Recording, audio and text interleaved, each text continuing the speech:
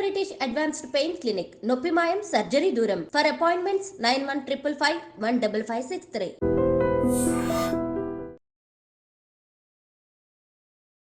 నమస్కారం, welcome to I dream. ధర్మ మార్గం విత్ విజిత కార్యక్రమానికి స్వాగతం.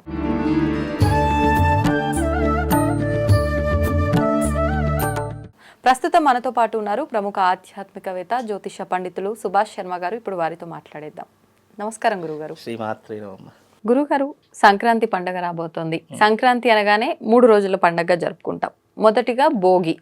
భోగి అనగానే భోగి మంటలు, భోగి పళ్ళు ఇవన్నీ కూడా చూస్తూ ఉంటాం, గొబ్బెమ్మలు. ఏంటి నిజంగా భోగి యొక్క ప్రత్యేకత ఏంటి? ఆ రోజు మనం ఆచరించాల్సిన విధి విధానాలు ఏంటి? ముఖ్యంగా ఈసారి వచ్చిన ఈ భోగి పండుగ రోజు చాలా విశేషమైనవి, ఒక 2-3 కలిసి ఉన్న ఒక కూడలి ఆ రోజు అని చెప్పి విన్నాము. ఏంటి ఆ ప్రత్యేకత? ఆ రోజు ఎటువంటి విధానాలు ఆచరించాలో తెలియజేయండి. తప్పకుండా తెలియజేస్తాను. ముందుగా ప్రేక్షకులందరికీ శ్రీమాత్రే నమః, శ్రీ గురుభ్యో నమః. మనకు ఈసారి భోగి పండగ చాలా ప్రత్యేకమైనటువంటి రోజు రావడం జరిగింది.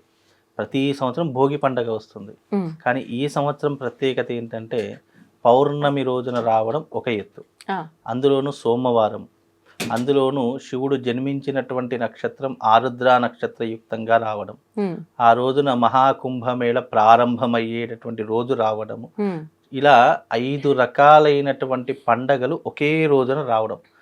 ఆ 5 పండగలు ఏంటి? భోగి, పౌర్ణమి, సోమవారము, అలాగే ఆ రోజున మహాకుంభమేళ, అలాగే ఆ రోజున మనకు ఆరుద్ర నక్షత్రం. ఈ 5 రకాలైనటువంటి విధానాలు ఒకే రోజున రావడము చాలా అరుదుగా జరిగేటటువంటి గ్రహ సంచారాల్లో మార్పులు ఇవన్నీ కూడా.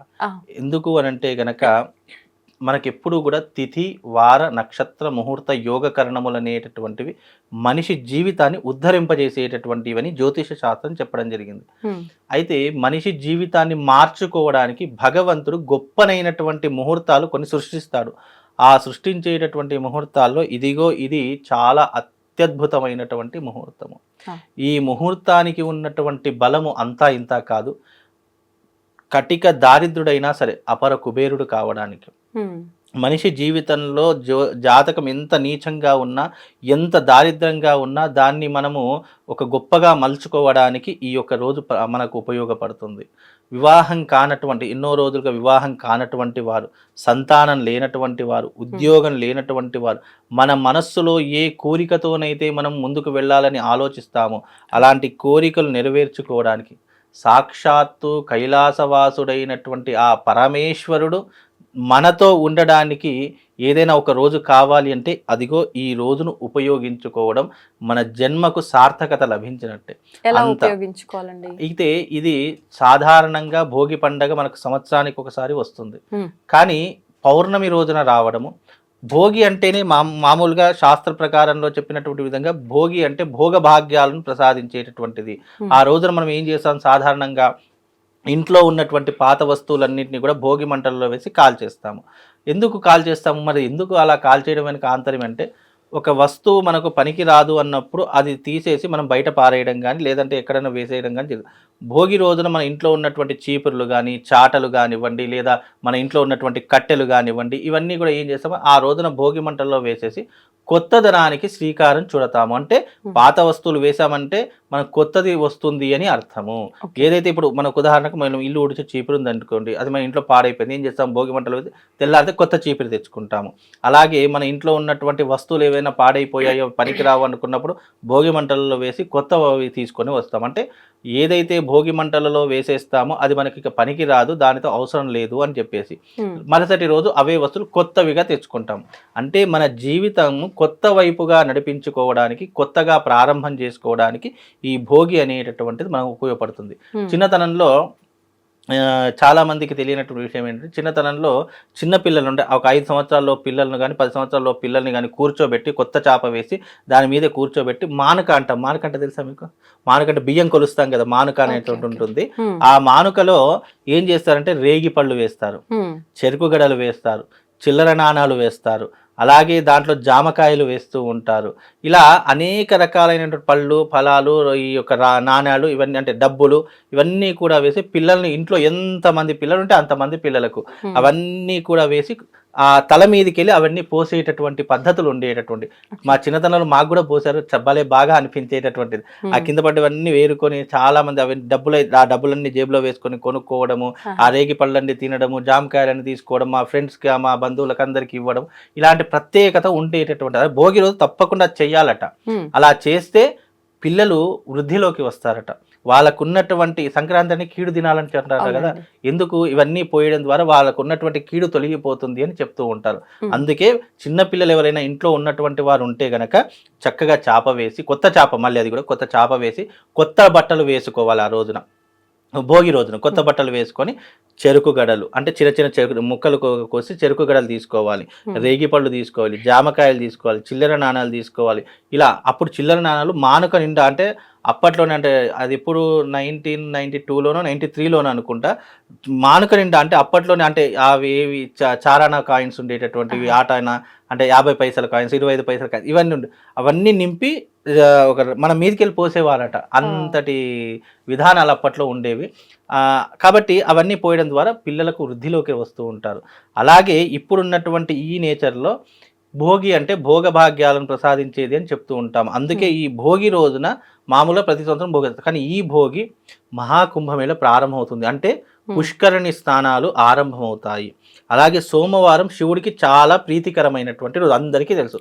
ఆ ఇష్టమైనటువంటి రోజు రావడం, మళ్ళీ పౌర్ణమి, నిండు పౌర్ణమిలో ఉండేటటువంటి రోజు, అలాగే ఆ రోజున ఆరుద్ర నక్షత్రం రావడము, ఇన్ని శివుడికి ఇష్టమైనటువంటి రోజులు వస్తున్నాయి.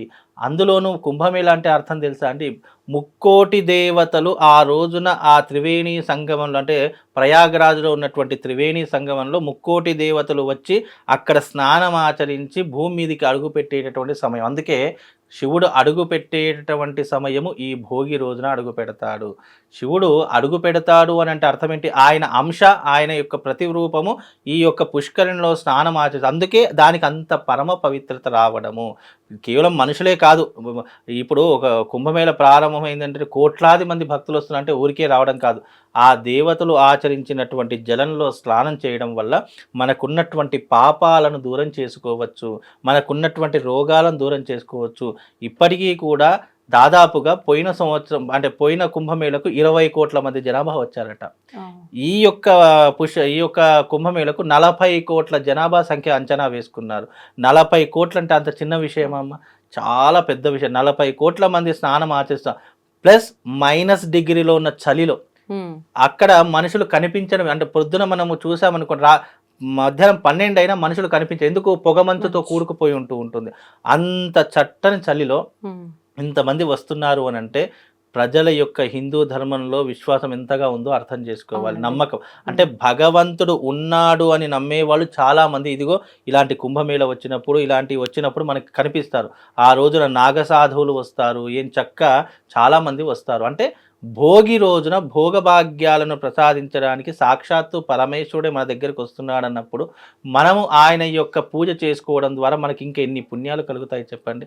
ఆ రోజున ఆచరించే పద్ధతులు ఎలా ఉంటాయంటే, ఎవరైతే ఈ భోగి రోజున ఆరుద్రాభిషేకం శివుడికి చేస్తారో వాళ్ళ జన్మ ధన్యమైపోతుంది. ఇప్పుడు చాలామంది ఈ కుంభమేళకు వెళ్ళలేనటువంటి వారు ఉంటారు. ఆ రోజున ఈ సోమవారం కుంభమేళ ప్రారంభమవుతుంది కదా, ఆ రోజున ఏం చేయాలంటే శివుడికి అభిషేకం చేసిన నీళ్లతో అభిషేకం చేస్తాం కదా, ఆ నీళ్లు పడుతున్న శివుడి మీద నుంచి పడుతుంది ఒక ప్రాణద్వార, అంటే ఆ ప్రాణమట్టం ద్వారా కింద పడుతుంది కదా, అది కింద పడకుండా దాని కింద ఏదైనా పళ్ళెం కానీ ఏదైనా చెంబు కానీ పెట్టేసి అది కింద పడకుండా ఆ నీటిని మనం స్టోర్ చేసుకొని ఆ నీటిని రోజు తీర్థంగా సేవించిన, ఆ నీళ్లు మన నెత్తి మీద జల్లుకున్న కుంభమేళలో స్నానం చేసినటువంటి పుణ్య ఫలితం మనకు కలుగుతుంది. అందుకే ఆ రోజున అంత విశేషము.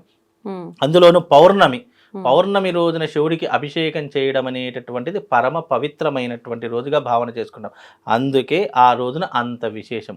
శివుడు జన్మ నక్షత్రము సోమవారము, పౌర్ణమి, ఆరుద్ర నక్షత్రము, కుంభమేళ ఇన్ని కలిసి వచ్చాయి అంటే ఇది సాధారణంగా ఇన్ని కలిసి రావడం అనేటటువంటిది జరగదు. ఇలా ఎప్పుడైనా జరిగిందా అండి? ఇది మనకు దాదాపుగా 1000 సంవత్సరాల క్రింద జరిగింది. మళ్ళీ ఇది 2050లో వచ్చేటటువంటి అవకాశం ఉంటుంది. కానీ ఆ సమయంలో ఆ తిథివార నక్షత్రాలు ఏమైనా చేంజెస్ జరిగితే జరగవచ్చు. కాకపోతే 2050లో మళ్ళీ జరిగే అవకాశం 2050 అంటే అప్పటి వరకు మేము ఉంటామో ఉండమో కూడా తెలియదు. ఎవరు చూస్తారో చూడరో తెలియదు. ఎందుకంటే రేపటి రోజు ఏంటో మనకు తెలియదు. తెలియనప్పుడు ఈ జీవితానికి ఇప్పుడు ఏం కావాలి, ఇప్పుడు ఏం చేసుకోవాలి, దైవారాధన ఎలా పొందాలి అనేటటువంటి నిర్ణయం చేసుకోవాలి. కాబట్టి నాకు ఇప్పుడు అవకాశం ఉంది కాబట్టి నేను 13వ తారీఖు రోజున ఏది ఏమైనా శివుడికి అభిషేకం చేయడం మాత్రం తథ్యము. ఆ రోజున విశేషంగా బ్రహ్మ ముహూర్తంలో లేవాలి. నిజంగా మనిషి జీవితంలో ఎవరైతే బ్రహ్మ ముహూర్తంలో లేవడం అలవాటు చేసుకుంటారో వాళ్ళ జీవితంలో టర్నింగ్ పాయింట్ ఏర్పడుతుంది. కాబట్టి బ్రహ్మ ముహూర్తంలో లేవాలి. చక్కగా శివాలయానికి వెళ్ళి అక్కడ స్వామివారికి అభిషేకం చేయాలి. ఏ నీటితో అయితే అభిషేకం చేస్తున్నామో ఆ నీళ్ళు ధారలా పడుతుంది కదా, ఆ ధారను తప్పకుండా స్టోర్ చేసుకోవాలి. కింద పడకుండా ఆ నీటిని స్టోర్ చేసుకోవాలి. ఆ తర్వాత పంచామృతంతో అభిషేకం చేసేసి వీలైతే ఆ రోజున అక్కడ సేవ చేసుకునే ప్రయత్నము, వీలైతే 10 మందికి భోజనం పెట్టేటటువంటి అవకాశం ఏర్పరచుకుంటే నిజంగా మీ జీవితంలో మీకు ఎవ్వరు తోడున్నా లేకపోయినా పరమశివుడు మాత్రం మీ వెన్నంటే ఉండి మిమ్మల్ని నిరంతరం కాపాడుతాడమ్మా. అంత పరమ పవిత్రమైనటువంటి రోజు. తిథివార నక్షత్ర ముహూర్త యోగకరణాలు అన్నీ కలిసి వచ్చేటటువంటి అద్భుతమైనటువంటి రోజు. ఎంతెందుకు ఒక మనిషి జీవితంలో ఒక పెళ్లి చేయాలన్నా లేదా ఒక ఎంగేజ్మెంట్ చేయాలన్నా ఒక ముహూర్తం చూస్తాను చూసారా, అలా ముహూర్త ఎందుకు ముహూర్తం చేస్తా అంటే ఆ ముహూర్త బలానికి మనం చేసుకుంటే గనక అది యొక్క ముహూర్త బలం వల్ల ఎప్పుడూ కూడా ఎలాంటి ఇబ్బందులు లేకుండా జీవితం కలకాలం హ్యాపీగా బ్రతకడానికి. అలాగే ఇప్పుడు చేస్తున్న ఈ వచ్చే ముహూర్తం కూడా ఎన్నో జన్మల పాపాలను తొలగించుకోవడానికి, ఆ శివుడి యొక్క సంపూర్ణమైనటువంటి అనుగ్రహాన్ని పొందడానికి మనం చేసేటటువంటి ప్రయత్నమే ఈ భోగి రోజున శివుడికి అభిషేకము, అది కూడా ఆరుద్రాభిషేకం. ఇంకో విషయం ఏంటంటే చాలామందికి తెలియదేమో, ఒక శివరాత్రి రోజున అభిషేకం చేస్తే చాలా పుణ్యము అని అంటాము, అవునా? అలాంటిది 1000 శివరాత్రుల్లో మనం అభిషేకం చేస్తే ఎంత పుణ్యం వస్తుందో ఈ ఒక్కరోజు అభిషేకం చేస్తే అంత పుణ్యం వస్తుంది. ఇప్పుడు మన జీవితంలో 1000 శివరాత్రులు మనం చేయలేము. అవునండి. ఎందుకు? మనకు ఆయుష్ అంత లేదు కాబట్టి. 1000 శివరాత్రుల్లో మనం పూజ చేయలేము, అభిషేకం చేయలేము. కాబట్టి ఈ ఒక్క రోజున మాత్రము శివుడి జన్మ నక్షత్రమైనటువంటి ఆరుద్ర నక్షత్రం రోజు చేస్తే మన జీవితంలో 1000 శివరాత్రులు అభిషేకం చేసినటువంటి పుణ్య ఫలితము మనకు కలుగుతుంది. అందుకే దీనికి ఇంత ప్రాధాన్యత సంతరించుకుందాం. అయితే ఈసారి భోగి చాలా ప్రత్యేకమైనది, చాలా ప్రత్యేకము. భోగ భాగ్యాలు కాదు, మన జీవితంలో ఉన్నటువంటి దారిద్ర్యాన్ని, కష్టాన్ని, జాతకంలో ఉన్నటువంటి దోషాలను ఇవన్నీ కూడా తొలగించుకోవడానికి ఈ ఒక్క మార్గం సరిపోతుంది. శివుడే మనతో ఉన్నాడంటే మనకి ఎవరు ఏం చేయగలుగుతారు చెప్పండి? ఇప్పుడు నవగ్రహాల్లో అధిపతి సూర్యుడు, సూర్యుడికి అధిపతి, సూర్యుడికి గురువు ఎవరు? పరమేశ్వరుడు. ఆ పరమేశ్వరుడే మనతో ఉంటే మనకి ఇంకెవరు, ఏ గ్రహం ఏం చేస్తుంది, ఏ మనిషి ఏం చేస్తాడు చెప్పండి? ఎగ్జాంపుల్గా ఈ రాష్ట్రాన్ని పరిపాలించే ఒక ముఖ్యమంత్రి మన వాడయ్యింటే ఎమ్మెల్యే ఏం చేస్తాడు, మినిస్టర్ ఏం చేస్తారు, పోలీసు ఎవరు ఏం చేస్తారు చెప్పండి? అలాగే ఆ పరమేశ్వరుడే మనతో తోడై ఉంటే ఎవరేం చేస్తారు? ఎవ్వరు ఏం చేయలేరు. కాబట్టి ఆ రోజున చక్కగా శివారాధన చేసుకోండి. చక్కగా మీ దగ్గరలో ఉన్నటువంటి శివాలయానికి వెళ్ళి చక్కగా గంగాభిషేకం చేసుకోండి, పంచామృతాభిషేకం చేసుకోండి. ఆ నీళ్లను మాత్రం స్టోర్ చేసుకొని, ఆ రోజున ఎందుకు స్టోర్ చేసుకున్నామన్నానంటే ఆ శివుడి మీద ఎప్పుడైతే మొట్టమొదటిగా నీటి బిందువు పడి అది ప్రాణమట్టం ద్వారా భూమికి తాకుతుందో ఆ భూమికి తాకేటటువంటి నీటి బొట్టు పరమ పవిత్రమైనటువంటిది. ఆ రోజున చేసేటటువంటి అభిషేకము సప్త సముద్రాల్లో మనం మునిగినటువంటి పుణ్యం కలుగుతుంది. ఈ ప్రపంచంలో ఎన్ని పుణ్య నదీ జలాలు ఉన్నాయో అందులో ఒకేసారి స్నానం చేస్తే ఎంత పుణ్యం వస్తుందో అంత పుణ్యం ఆ రోజున పరమశివుడికి అభిషేకం చేయడం ద్వారా మనకు కలుగుతుంది. అంత విశేషమైనటువంటిది ఈ సోమవారం పౌర్ణమి భోగి పండగ. కాబట్టి ఆ రోజున శివుడికి చక్కగా ఆరాధన చేసుకోండి, మీ జన్మ తరిస్తుందండి. మరి మకర సంక్రాంతి కనుమ విధానం ఏంటి? మకర సంక్రాంతి అనేటటువంటిది మనకు చాలా మంది సంక్రాంతి అంటే కీడు దినాలు, కీడు ఏదో అపాయం జరుగుతుంది లేదా కొన్ని రాసుల వారికి నష్టం జరుగుతుంది అని చెప్పి చాలా మంది భయపెడుతూ ఉంటారు. నిజంగా సంక్రాంతి కీడు చేసేటటువంటిది కాదు, మేలు చేసేటటువంటిది అని అర్థం చేసుకోవాలి. ఎందుకు అనంటే సంక్రాంతి అనేది ఒక పండగ. ఆ పండగ అంటే ఈ సంక్రాంతి, భోగి, సంక్రాంతి, కనుమ ఇవన్నీ దేనికి సూచిక అంటే రైతుల పండగ అని చెప్తాము. ఎందుకు రైతుల పండగ అంటే ఆషాఢ మాసం వచ్చింది అంటే వర్షాకాలం, నాట్లు వేసేటటువంటి సమయం. అప్పుడు వేసినటువంటి నాట్లు పంట ఎప్పుడు చేతికి వస్తుంది? ఇదిగో ఈ మాసం సంక్రాంతి రోజున చేతికి వస్తుంది. అందుకే రైతులందరూ ఏం చేస్తారు కాబట్టి ధాన్యం ఇంటికి వస్తుంది కాబట్టి ఆ ఆనందంగా జరుపుకునేటటువంటి పండగ రైతుల పండగ ఈ యొక్క సంక్రాంతి పండగ. ఆ సంక్రాంతి వచ్చింది అంటే శాస్త్రంలో ఏం చెప్పారంటే దాన ధర్మాలు చేయాలి అని చెప్తారు. అందుకే సంక్రాంతి వచ్చింది అంటే గంగిరెద్దును ఆడించడానికి ఒకళ్ళు వస్తూ ఉంటారు కదా, వాళ్ళకి మనం ఏం చేస్తామంటే ధాన్యం ఇస్తూ ఉంటాము. ఎందుకు ధాన్యం ఇవ్వాలి? మనం పండించే ధాన్యం 10 మందికి పంచి మిగతాది మనం వాడుకోవడం ద్వారా మనకు ధాన్యానికి జీవితంలో లోటు ఉండదు. ఆ రోజున ముఖ్యంగా వస్త్రదానం చేయడము, ధాన్యదానం చేయడము, 10 మందికి భోజనం పెట్టడము, అలాగే ఆ రోజున గుమ్మడికాయ దానం ఇవ్వడము, నోములు ప్రతి ఒక్క స్త్రీ నోములు నోచుకుంటుంది ఆ రోజున. ఈ చక్కెర నోములు, ఆ తర్వాత ఈ నువ్వులు ఇవన్నీ ఇస్తుంటారు.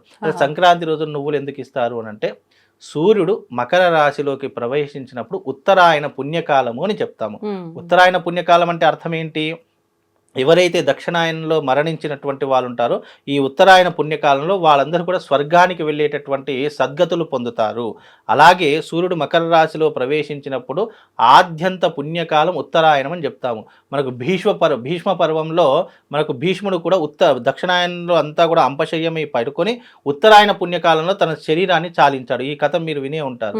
ఆ శరీరం చాలించినటువంటి ఆద్యంత భీష్మ ఏకాదశిని వస్తుంది ఆ రోజున. అంటే భీష్ముడు ఉత్తరాయణ పుణ్యకాలంలోనే మరణించినటువంటి వాడైన, అంటే ఉత్తరాయణ పుణ్యకాలం జపానికి, తపానికి, హోమానికి, నోములకు, పూజలకు, వ్రతాలకు పెట్టినటువంటిది పేరు. ఆ ఉత్తరాయణ పుణ్యకాలంలో ఏదైతే చేస్తామో దాని యొక్క పుణ్య ఫలితం మనం ఒక్కరమే కాదు, మన యొక్క సంతాన వృద్ధికి కూడా ఆ పుణ్యం అనేటటువంటిది లభిస్తుంది. దాని ద్వారా మనం మకర సంక్రాంతి మకర సంక్రాంతి కీడ్ అంటారు. చాలా మంది గాజులు ఇవ్వాలి, పెరిగి ఇవ్వాలి, ఆ దానం. పోయిన సంవత్సరం అయితే చాలా రచ్చ జరిగింది. చాలా మంది తోడబుట్టిన వాడు గాజులు ఇవ్వాలి అని చెప్పేసి, లేదా పెరుగు దానం చేయాలి, ఇలా ఒక కొడుకుంటే అవి ఇలా నానా రకాలైనటువంటి ఇబ్బందులు చాలా మంది అడుగుతుంటారు. అవన్నీ ఏమీ లేవండి. అవి కేవలం మనం పుట్టించినటువంటి, కేవలం మనుషులు స్వార్థపూరితంగా పుట్టించినటువంటి ఇవే తప్ప ఇవి శాస్త్రంలో లేవు, మనకి ఎక్కడ కూడా చెప్పలేదు. ఎవరో స్వార్థపూరితమైనటువంటి వాళ్ళు సృష్టించినటువంటివే తప్ప సంక్రాంతి కీడు చేసేటటువంటిది కాదు, మేలు చేసేటటువంటిది. ఎందుకు అని అంటే కనుక ఆ రోజులు నువ్వులు దానం చేయడం చాలా మంచిది. ఎందుకు అంటే సూర్యుడు మకర రాశిలోకి ప్రవేశిస్తాడు. మకర రాశికి అధిపతి ఎవరు? శని భగవానుడు. కాబట్టి ఆ రోజున నువ్వులు దానం చేయడం వల్ల మనకున్నటువంటి ఏలినాటి శని ప్రభావం కానీ, మనకున్నటువంటి గ్రహ పీడలు కానీ తొలగిపోతాయని చెప్పి శాస్త్రం చెప్పింది తప్ప ఆ రోజున ఏదైనా దానం చేయకపోయినా, లేదా ఏదైనా పుట్టించినా చాలా మంది ఈసారి ఏం చేశారు అంటే, చాలా మంది ఎరుపు బట్టలు దానం ఇవ్వాలి, లేదంటే మీకు కీడు చుట్టుకుంటుంది అని చెప్పి చాలా మంది చెప్తున్నారు. అవన్నీ కూడా అవాస్తవాలు. ఎవరు కూడా నమ్మకండి. ఈ ఆద్యంత పుణ్యకాలం కూడా మధ్యాహ్నం 2:38 ఉత్తరాయణ పుణ్యకాలం ప్రారంభమవుతుంది. ఈ పుణ్యకాలంలో చేసేటటువంటి విధానాలు, నోములు, చాలా మంది నోములు ఎందుకు ఇస్తారు? సౌభాగ్యం కోసం నోములు ఇస్తారు. అలాంటి సౌభాగ్యం బాగుండాలని చాలా మంది ఈ సంక్రాంతి వచ్చేందుకు ముగ్గులు వేస్తూ ఉంటారు, గొబ్బెమ్మలు పెడుతూ ఉంటారు, చక్కగా దాని చుట్టూ పూలతో అలంకరణ చేస్తుంటారు. ఇవన్నీ ఎందుకు అని అంటే కనుక, పూర్వకాలంలో లక్ష్మీదేవి సంచరిస్తూ ఉండగా ఒక గోశాలకు వెళుతుంది. నేను కూడా మీ దాంట్లో కొలువై ఉంటాను, ఎందుకంటే ముక్కోటి దేవతల యొక్క ఆవాసం ఏంటి అంటే గోమాత అని చెప్తాము. ఎందుకు? ఆ సకల దేవతలు కొలువై ఉన్నటువంటిది అని చెప్తూ ఉంటాము. మరి సకల దేవతలు కొలువై ఉన్నారు కదా, నేను కూడా మీ దాంట్లో కొలువై ఉంటానని లక్ష్మీదేవి అడిగితే అప్పుడు గోమాత ఏమంటుంది? వద్దు వద్దు, నువ్వు మా దాంట్లో ఉండవలసిన పని లేదు, నీతో మాకు ఏం అవసరం లేదని చెప్తారట గోమాత. అంటే అప్పుడు అదేంటి, నేను లక్ష్మీదేవిని, నా యొక్క శక్తి మీకు తెలియదేమో, నువ్వు లక్ష్మీదేవి కాబట్టే నేను వద్దంటున్నాను.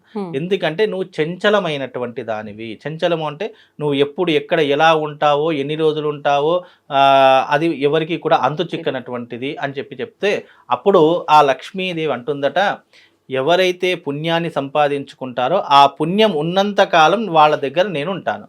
ఆ పుణ్యం అయిపోయిందా నేను వెంటనే అక్కడి నుంచి వెళ్ళిపోతాను. నేను స్థిరంగా ఒక దగ్గర ఉన్నాను అంటే ఈ ప్రపంచమంతా కూడా అతలాకుతలం అయిపోతుంది. అందుకే లక్ష్మీదేవి చంచలమైనటువంటిది, ఎప్పుడు ఎవరి దగ్గర ఉంటుంది ఎవరు కనుక్కోలేరు. కాబట్టి అలా అనగానే గోమాత ఏమంటుందంటే, సరే నువ్వు చంచలమైనటువంటి దానివి కాబట్టి నువ్వు మా మలమునందు కొలువై ఉండు. మలము అంటే ఆవు యొక్క పేడలో కొలువై ఉంటుంది అని చెప్పి. అందుకే ఆవు పేడను కూడా మనం లక్ష్మిగా ఎందుకు భావన చేస్తామంటే, లక్ష్మీదేవి కొలువై ఉన్నటువంటి స్థలము గోమాతలో ఆవు పేడలో కొలువై ఉంటుంది. అందుకే ఆవు పేడ చాలా విశేషమైనటువంటిది, లక్ష్మీ స్వరూపంగా భావన చేస్తాం. ఇప్పటికీ కూడా సంక్రాంతి వచ్చిందంటే ఆ గొబ్బెమ్మలు ఏవైతే పెడతామో అవి లక్ష్మీ స్వరూపాలు. అలాగే దాని మంగళ గౌరీ స్వరూపం కూడా అని పిలుస్తూ ఉంటాము. అందుకే లక్ష్మీ స్వరూపమైనటువంటి ఆ యొక్క పేడ ముద్దలను పెట్టడం ద్వారా లక్ష్మీదేవి మన ఇంట్లోకి రావడానికి సూచికగా పెట్టేటటువంటివే ఆ యొక్క ముగ్గులు, ఆ మధ్యలో పెట్టేటటువంటి గొబ్బెమ్మలు అంటూ ఉంటాము.